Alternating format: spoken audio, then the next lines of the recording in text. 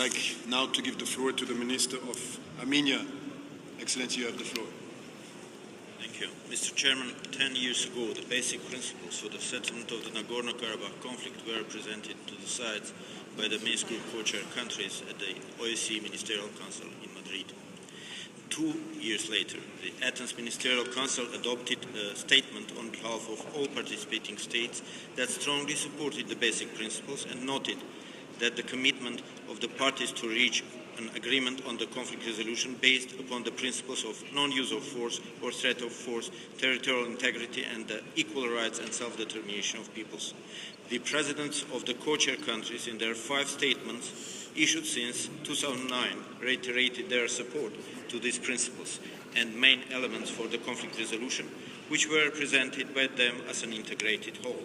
Since then, the co-chairs have reaffirmed this approach on many occasions, including during almost all OSCE ministerial councils and most recently in their joint statement made in Hamburg. On numerous occasions, Armenia has reiterated its readiness to continue negotiations on conflict settlement based on these principles and elements. Azerbaijan's uncompromising and maximalist stance has become a serious obstacle to the advancement of the peace process. Azerbaijan rejects the co-chair conflict resolution proposals, doing everything to keep the status quo intact, at the same time claiming that allegedly it is advocating for the change of status quo. Azerbaijan's intentions can be easily tracked by its expenditures. Baku spends billions to buy influence in the world capitals, as once again became obvious through notorious laundromat affair. It spends much more for purchases of advanced weaponry, but it has not invested anything to prepare its population for peace. We are convinced that there is no alternative to the peace talks and there is a need to conduct intensive negotiations based on the proposals of the co-chair countries. It is with this understanding that I met 6 times with my Azerbaijani colleague during past year, and the last one was just yesterday. The meetings between the ministers and the able mediation of the co-chairs helped to prepare the Geneva summit of presidents of Armenia and Azerbaijan last October.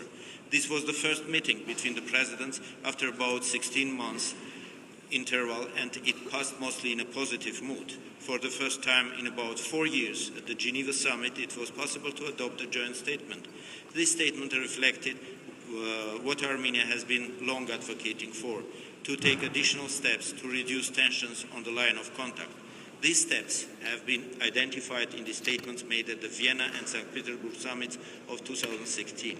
The Geneva statement also stressed the necessity to intensify the negotiations process, and this too has always been strongly advocated by Armenia. Unfortunately, just after the summit, Baku again resorted to its language of groundless accusations and warmongering. Yesterday's meeting with my Azerbaijani colleague generally passed also in a positive mood. We will see the developments after it.